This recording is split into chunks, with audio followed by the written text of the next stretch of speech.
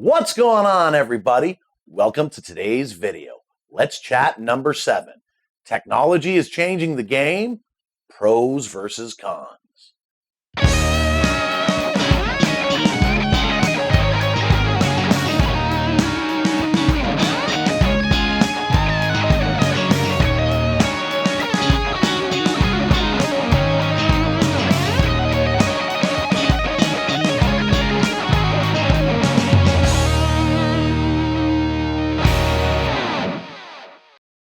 All right, everybody. Once again, welcome to today's video.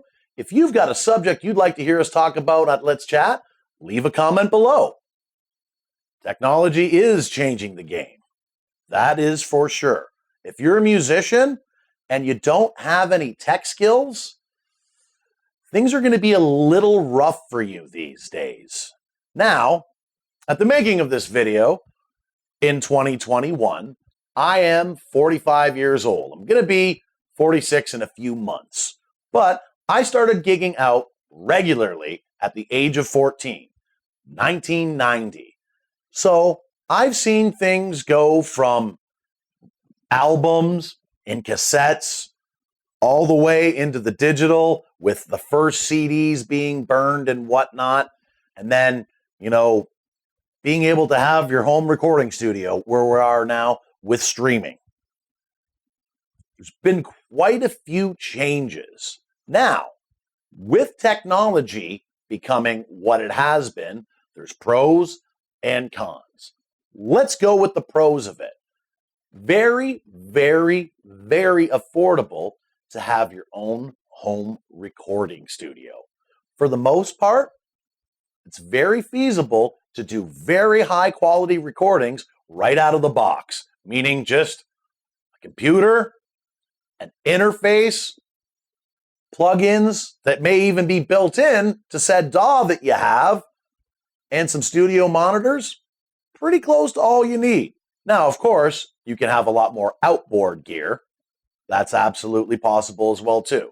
So, you can have a home recording studio that you can knock out professional quality recordings from. From the same studio, you can get a distributor and set it out to every online platform in the world, period. There's many distributors that do that. You can get on every single platform there is out there.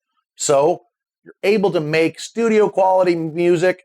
You're able to upload it to every venue pretty much in the world for the way that most people are consuming their music through streaming for the most part. Quite a few very good advantages to that.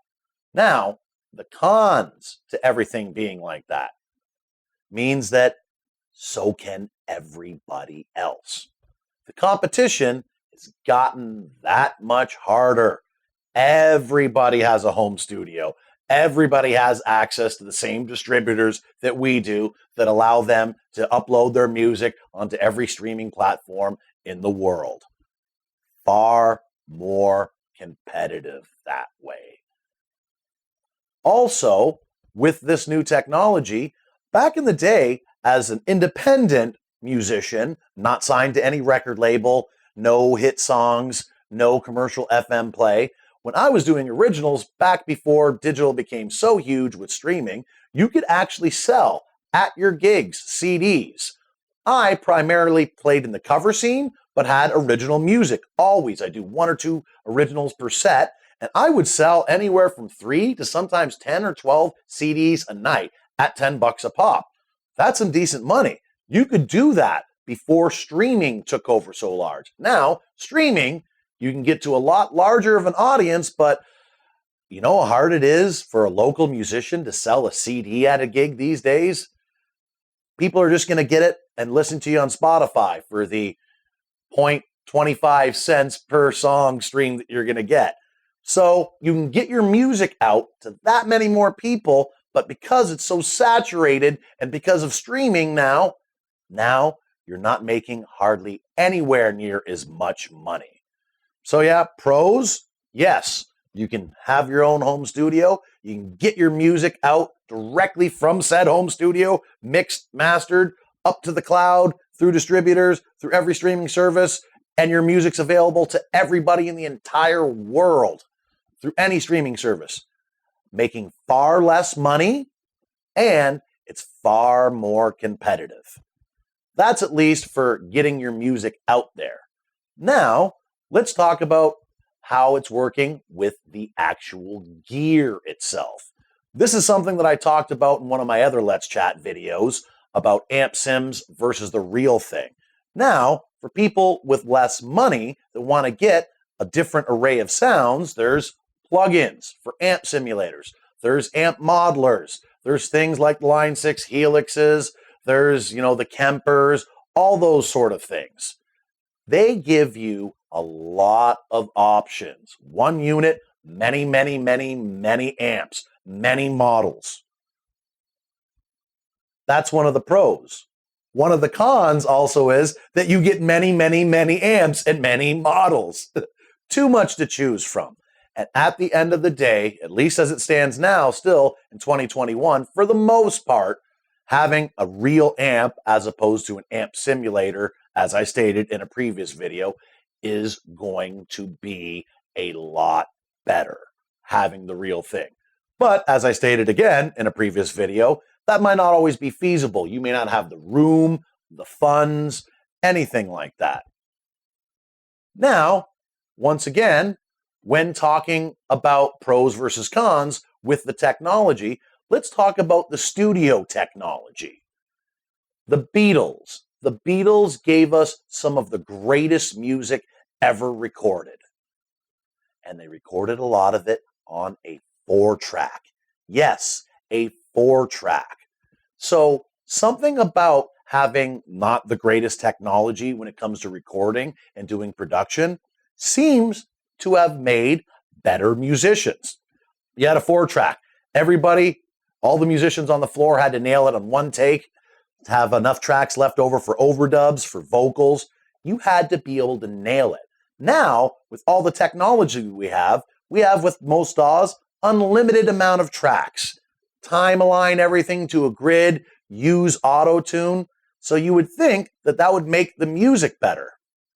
It doesn't seem like it has. Again, look at the Beatles, look at Black Sabbath, look at all that great classic rock, 80s and even up till 90s, before, just as soon as things like auto-tune and the ability to time align everything, Beat Detective and all those things came along, that music has a certain type of feel to it. And the musicians were forced to be better. There was no hiding. You couldn't punch in a million times with tape. You could punch in a bit, but it wasn't the same. So you end up with all this technology, but to a certain extent, it seems like it's watering down the music. Back in the day, you had to be able to play and you had to be able to sing because there was no auto-tune. There was no locking anything to a grid. But as well, that being said, that is not to say that there is not good musicians and there is not good music happening today. I'm by no means saying that. I'm just saying a lot of the recordings that we call classics that go way back when, before you could really do any real doctoring in the studio, seem to have more of a magic to them. But again, on the other side of the coin, I really love having these tools at my disposal. I never thought that when I was 14 years old, using a 4-track tape recorder myself to do originals and play around with things, that I would ever have anything that would be able to produce this sort of sound. But then again, at 14, not really having much of a concept on how computers and digital technology were really going to take everything over. I think having these tools are great. It's really affordable. But like I said earlier, the competition goes completely out of whack then. All right, that about does it for this video. Again, if you've got a subject you'd like to hear us talk about during Let's Chat, leave a comment below. Thanks for checking out this video. Do what makes you happy.